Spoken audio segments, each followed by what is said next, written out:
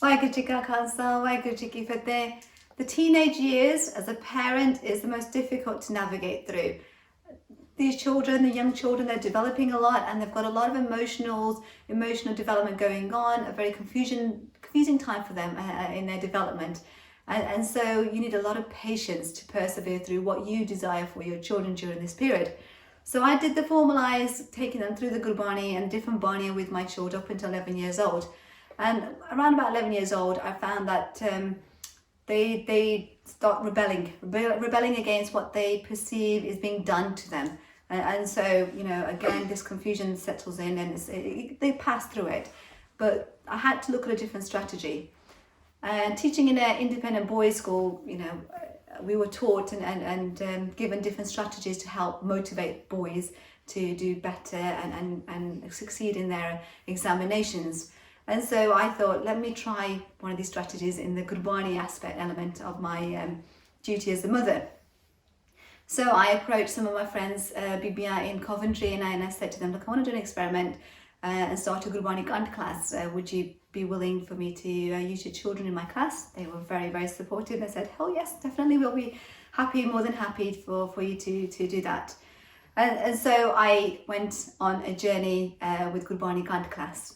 So Gurbani Gant, I started it because I was trying to motivate my eldest child, trying to create that competition and a competitiveness so that he would then pick up, and I'll share the success of that in a moment.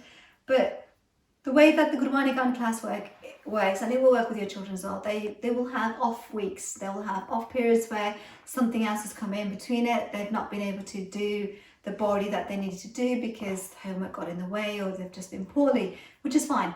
You've got to keep it really positive with them. Say, no, never mind, but we'll carry on. We'll keep that target for another 2 weeks and let them feel that, you know, they've not disappointed you. So keep it very, very happy and lively and be enthusiastic about it. The enthusiasm is really, really important, the positivity that you do. So what we did then I decided that actually 6 months check-in, it's nice to reward those that have made significant progress and those who really tried hard. So there'll always be one BB, one Guri, one a boy and a girl that identified that I might just reward them because of the effort that they put in. So I know how hard they've had to struggle to get that achievement done, or whether they've just done so much more. So we'd give them a particularly big prize. So they would get an off-the-shelf box prize, but then everybody gets a customized prize. I was very keen to make the presents or the gifts that we give in Gurbani Gant different and unique to the children as well, so they felt, wow, this is different. So it's not something that they would get from their maths club or another activity that they do outside of school and so on. So what I did, and Benji's helped me, so it's not just me, so we purchased these books. Now this is not something that they can purchase off the shelf, so it's very unique. So we customized it, put some things on it to make them feel very special. So we've got some different variations and experiments that's done. And these are then complemented, or if the gift was small, like say if it's a keyring that I customized, then they're complemented with an appropriate little gift from Hobbycraft. So these kind of gifts are really good, or you know, crystallized kind of gifts are very good. Now the ask and the desire for these books in particular was that one day the children and students will start writing their own books and writing their own shabbas that they either learn Kirtan from, or they want to memorize, or maybe they want to do their own Ogotka for themselves and so on. So that was the personalized approach that we've taken with Gurbani Gant. So one of the things I did when I started Gurbani Gant is I spoke to Gyani Gulwinder Singh, who was Gyani at Derby before he moved to Canada, and it was really good to exchange his approach. So he is running different classes, and he said the competition element does really work, and his approach was, instead of having a spreadsheet like I did with the iDocio, he would go and whisper into the boys or the girls' ears and say, "Oh no, enna path honda hai hon. Oh te to agge pahunch gaya. Oh te no jyada kar diya." And so this kind of approach, just whispering into them, letting them know that that student over there knows more than you or has just learnt this part, was the motivator that he had. And we were discussing at that point to do a Gurbani Gant Mukabala, so a competition where we could get kids together to inspire other kids to learn more, and maybe Guru Sahib Skipper, that will happen in the future. But I think as adults, it's really good to reward yourself.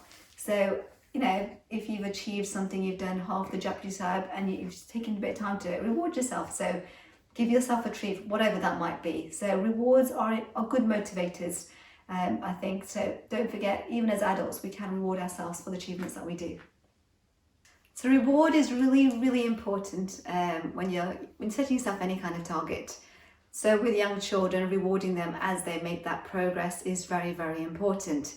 So with myself, I invested in these stickers. So my children used to bring these home when they've done something good at school, you know, washed their hands or did a good piece of artwork. And I use the same analogy with Bart as well. So when they succeeded in learning their Bart, I'd give them a sticker. We'd have an A4 sheet of paper which had both the ages star chart and Kuljeevan star chart on there, and the stickers would go on there. Now, my children say I was very harsh, but what I did, and my children and extended family, they'd give them a lot of presents on their birthdays. And from the age of 2 years old, what I started doing was only allowing my children to open up one present. And I used to take all the other presents, so they've unwrapped them all and put them in a cupboard. And then as they started getting their stickers, got 20 stickers, they'd go to the cupboard and open up a toy. And it sustained it up until the next birthday, so it worked really, really well in that respect. They say that was a bit harsh, but it worked very well. And they knew what was in the cupboard and they had a bit of excitement, so that motivated them to learn the Bart more.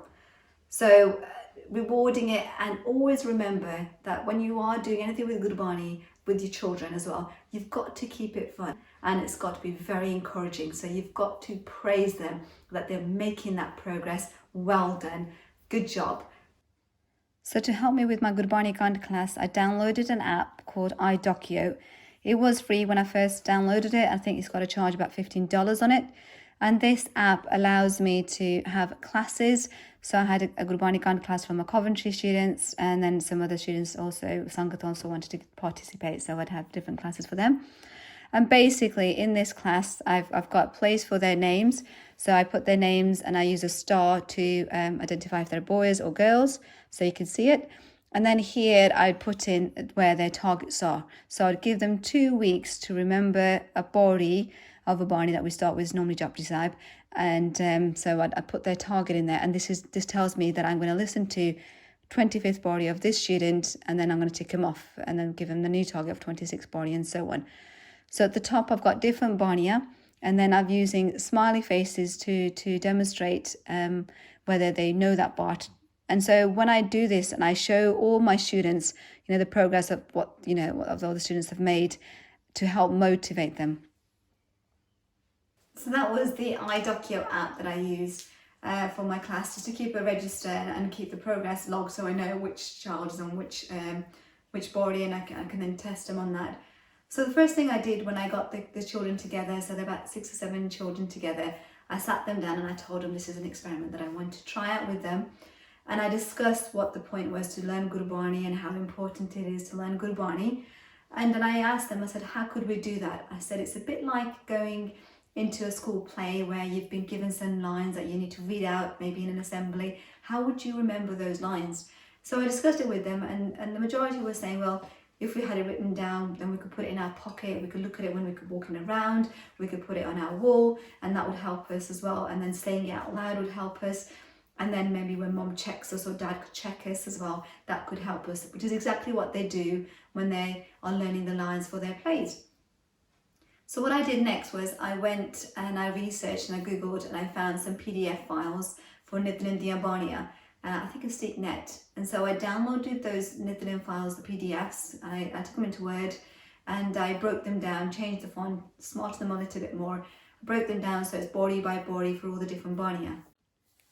So I downloaded the PDFs, I converted them a bit, changed the font a bit, and made some sheets like this, put them into a folder. So all of this folder is my Gurbani Kant folder.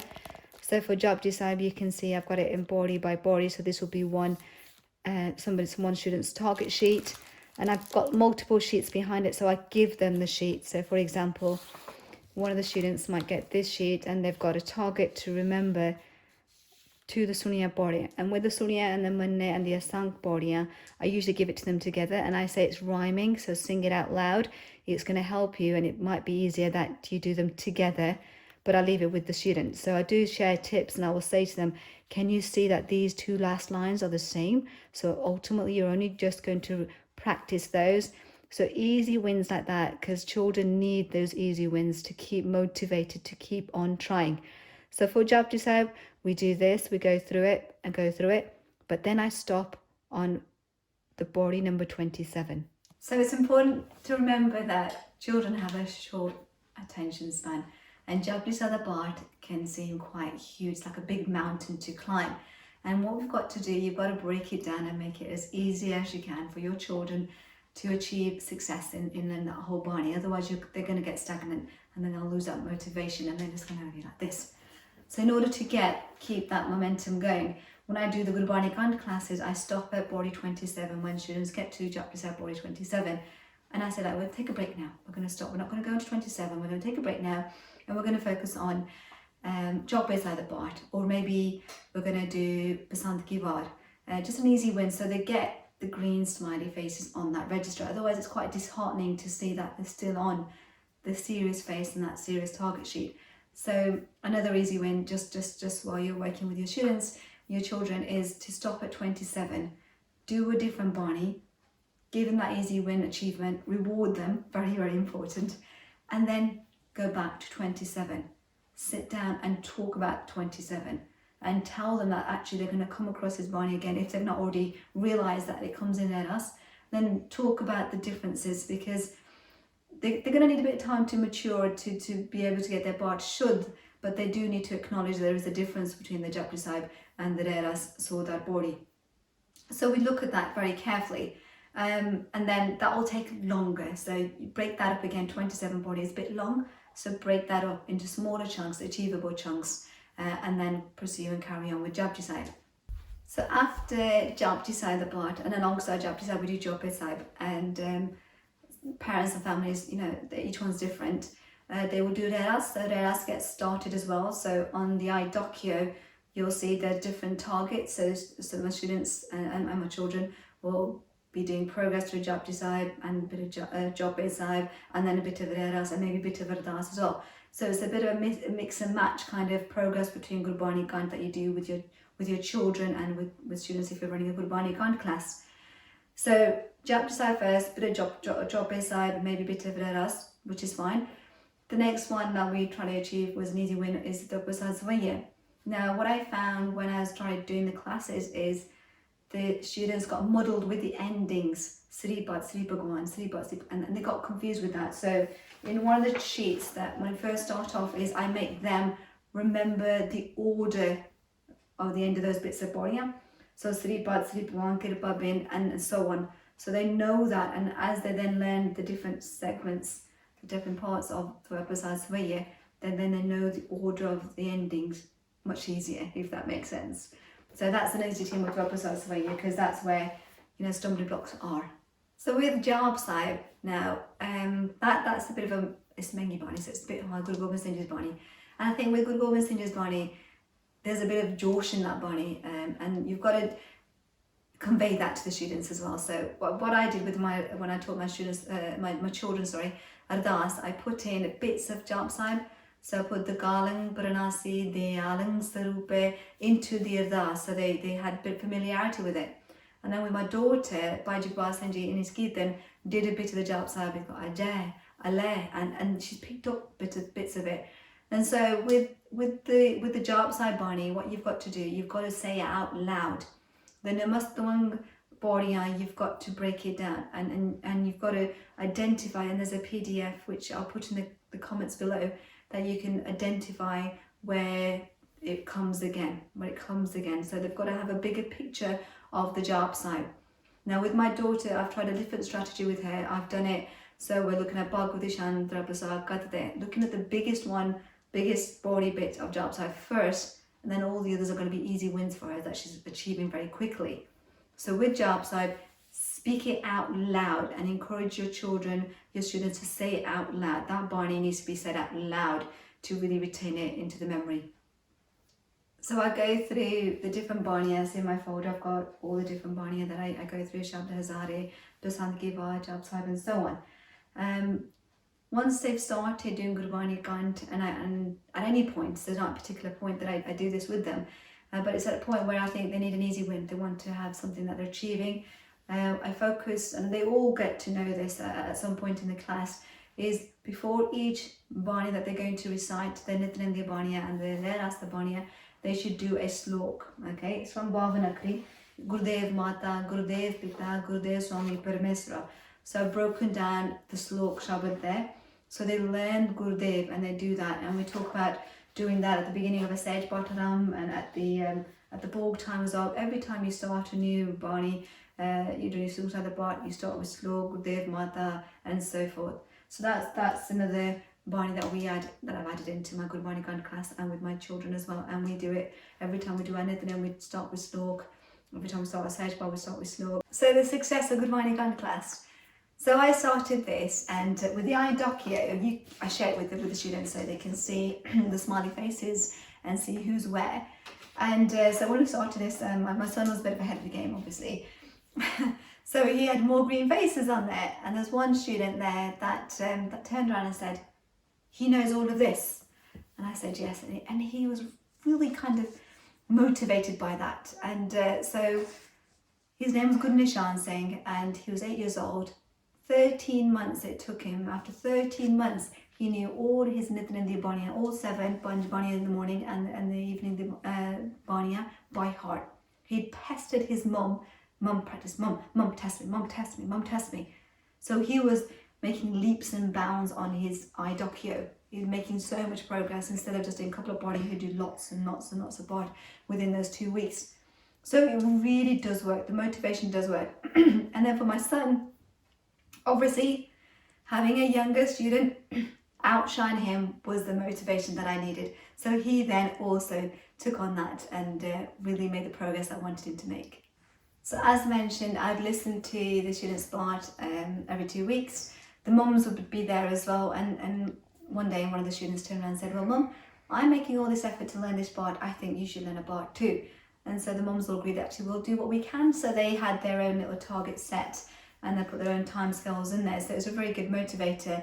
And then what happened with the Gurbani Kant class was that moms would listen to students of listen to other children and listen to each other.